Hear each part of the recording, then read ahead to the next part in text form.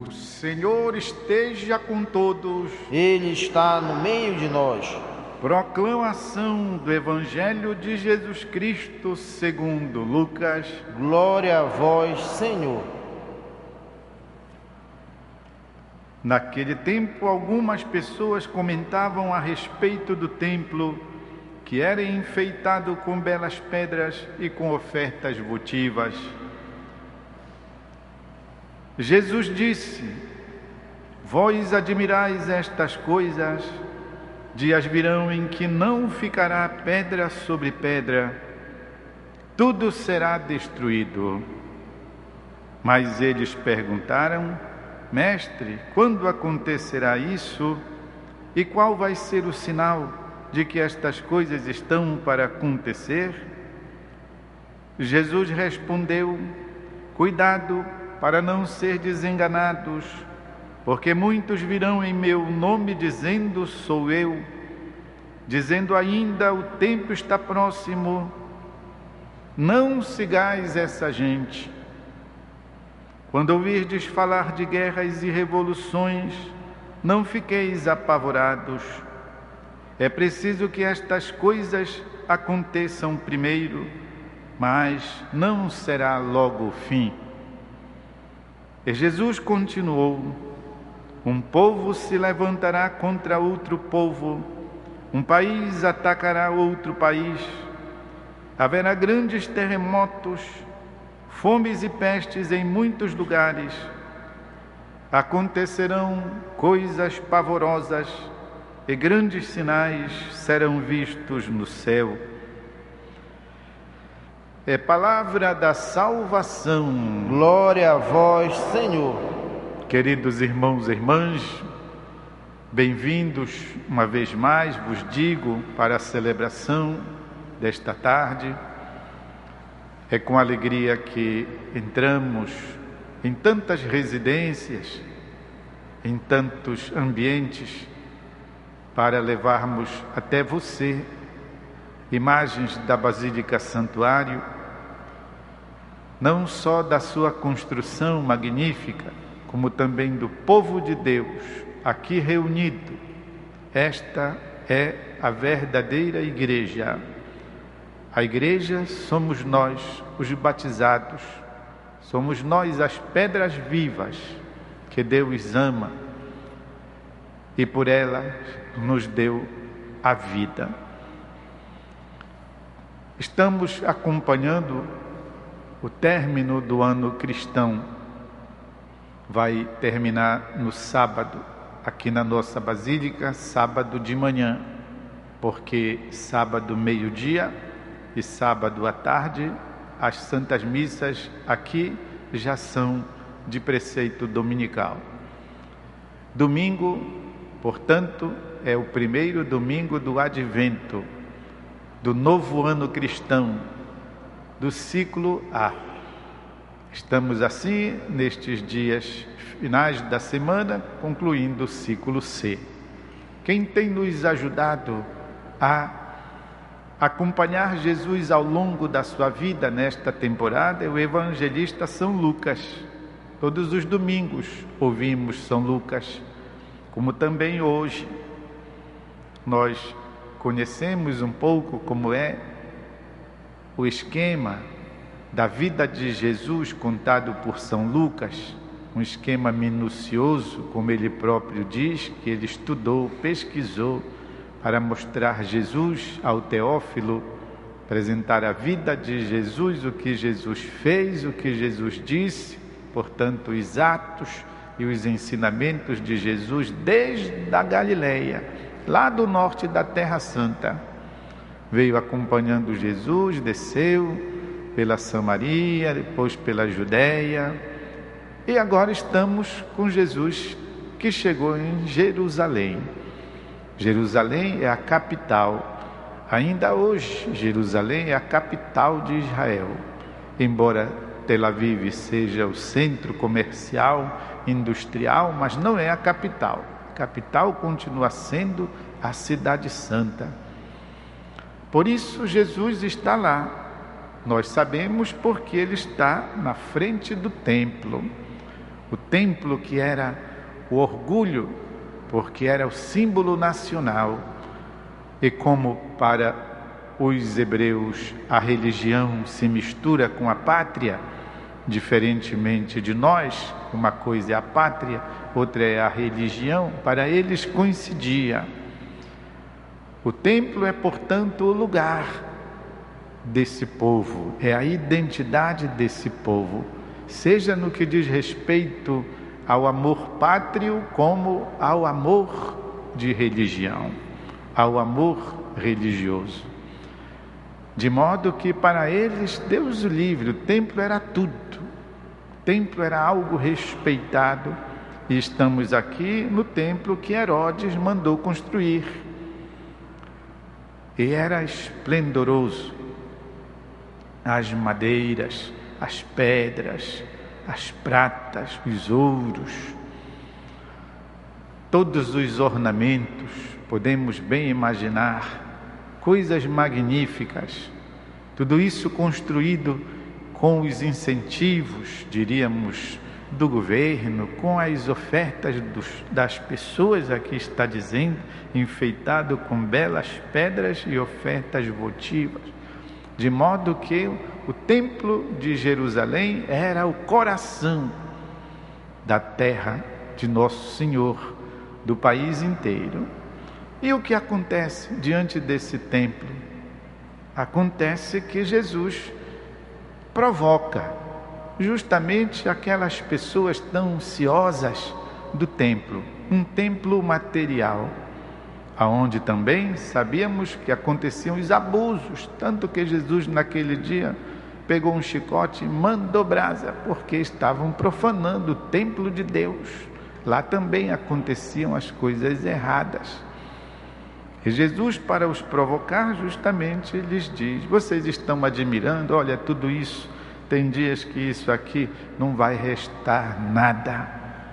É uma maneira de dizer assim: não ficará pedra sobre pedra, tudo será destruído. Meus irmãos, quando a gente visita hoje e a gente vai lá conhecer o Muro das Lamentações, aquele muro grande, na verdade, é uma reconstrução. Sabem o que é que sobra desse templo de Jesus? 3 metros de pedra, 3 metros só. A gente recebe a explicação. Esses 3 metros, esse tipo de pedra aqui, é a única coisa que resta do templo herodiano. O resto foi uma construção feita, porque estava derrubado. Só isso é que sobra. Depois da destruição do templo, no ano 70, pelo general Tito, general romano, nunca mais se reconstruiu esse templo. Parece assim, diríamos na nossa linguagem comum, parece uma coisa feita. Nunca mais se reconstruiu o templo de Jerusalém. Pois bem, Jesus predisse isto: dias virão em que não ficará pedra sobre pedra, tudo será destruído. E eles fazem uma pergunta, querendo uma dica: Senhor, e quando é que vai ser isso? O que é que Jesus faz? Jesus não lhes responde com simplicidade. Jesus nunca faz isso. Simplicidade que eu digo é com simploriedade. Ele sempre leva aquele que lhes interroga a pensar, a refletir. É mais bonito descobrir as coisas, qualquer que seja a coisa, também as coisas de Deus, as coisas da fé. É mais bonito quando a gente descobre a partir da reflexão, da consideração, da análise, a partir do uso do coração.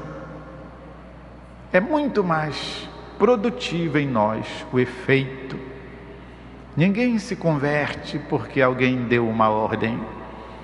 A gente se converte porque o nosso coração alcança a profundidade. Claro, auxiliados pela graça do Divino Espírito Santo, o nosso coração intui aquela verdade. Nunca é só por causa de uma decisão humana. É a graça de Deus que trabalha em nós. Sempre, até quando nós nos sentimos atraídos pelas coisas de Deus, dizia Santo Agostinho, também a atração que Deus exerce já é ação da graça. Pois bem, Jesus provoca isso neles, os faz refletir para que então tomem consciência e a consciência seja aplicada na vida prática.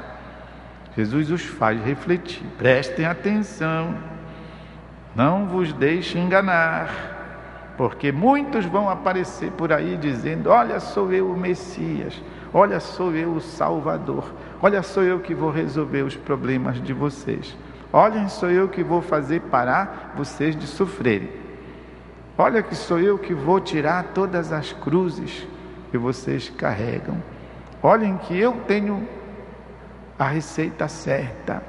Jesus diz: não sigam essa gente, não vão seguir, não vão perder tempo.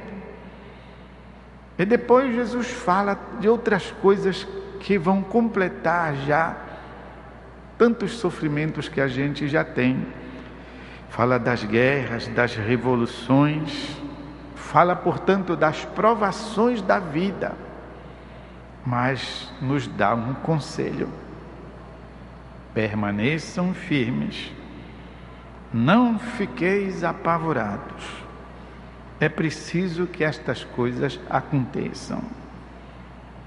Meus irmãos e irmãs, nós precisamos sempre entender os ensinamentos de Jesus sempre como um estímulo libertador para a nossa vida de fé, portanto, para a nossa vida humana cotidiana. As palavras de Jesus nunca metem medo, elas nunca devem nos apavorar. Também quando estas palavras forem duras, também quando estas palavras puxarem a nossa orelha, e todos nós precisamos de vez em quando que alguém puxe a nossa orelha. A palavra de Deus também quando nos condena, também quando nos põe a nus diante da verdade, ela sempre tem a finalidade de nos salvar. Sempre é para a nossa cura, é para a nossa libertação. A palavra de Deus, já quando ela entra no nosso ouvido, já quando ela é acompanhada pela nossa memória, ela já provoca em nós uma espécie de limpeza. Ela já provoca em nós uma espécie de purificação. Por isso Jesus diz: não tenham medo, é preciso que estas coisas aconteçam para que vocês sejam purificados. E depois nos diz aquilo que a gente já sabe: as revoluções dos povos, um país atacando outro, terremotos, todas estas coisas acontecerão. Esses sinais serão vistos no céu, mas tudo isso dentro de um plano divino, de um plano de Deus. Coisas que acontecerão, mas, diz Jesus, vamos nos preocupar com a nossa caminhada humana e cristã hoje. Não é para nós entendermos, como muitos hereges pensaram, que era para a gente então ficar de braços cruzados, só deitados na rede, esperando o tempo passar, porque o mundo já ia acabar dali a pouco. Não, o mundo vai acabar um dia. Isso faz parte da nossa história de fé. Confessamos todos os domingos no credo, e de novo há de vir em sua glória para julgar os vivos e os mortos. Todo domingo dizemos isso. Mas não é para nos amedrontar, é para nós, como diz a palavra, prestarmos atenção, é para nós buscarmos viver o Evangelho, a palavra de Deus no nosso hoje, é para nós procurarmos reconduzir a nossa vida. Se tal hora tenhamos nos distanciado da palavra, se estamos distantes de Deus, se porventura abandonamos a igreja, se porventura até apostatamos da nossa fé cristã. Apostatar quer dizer negar, quer dizer passar para outras crenças, abandonar a igreja por outras crendices. E isso é um pecado que no início da nossa fé cristã, o cristão que fazia isso, ele, para retornar, precisava reaprender tudo de novo na fé. E ele devia rezar a profissão de fé, o credo, segurando uma vela no meio da comunidade cristã todinha, para assistir o retorno dele, porque ele apostatou da fé. Era a maior ofensa, a maior infâmia, a maior vergonha, um cristão abandonar a sua fé. Pois é, se porventura isso tem acontecido, nós precisamos retornar, voltar a frequentar a igreja, a ler a palavra, a orar, a fazer o bem, a obedecer a Deus, conhecer e vivenciar os mandamentos. Tudo isso é o que nutre e alimenta o nosso cotidiano. Não vamos ficar com medo de fim do mundo, no sentido assim, de trágicos, tragédias, tá? Não. O Pai disse que ninguém sabe quando isso acontecerá. Nem o Filho está sabendo, porque é só o Pai, nem o Filho, nem os anjos. Portanto, enquanto Deus nos dá tempo, Deus nos dá o dia a dia, vamos renovar-nos na fé, viver na fé com serenidade, com seriedade, o nosso cotidiano. Assim é melhor. Vamos fazer um instante de silêncio para aprofundar o tema da palavra de Deus e fortalecer a nossa esperança.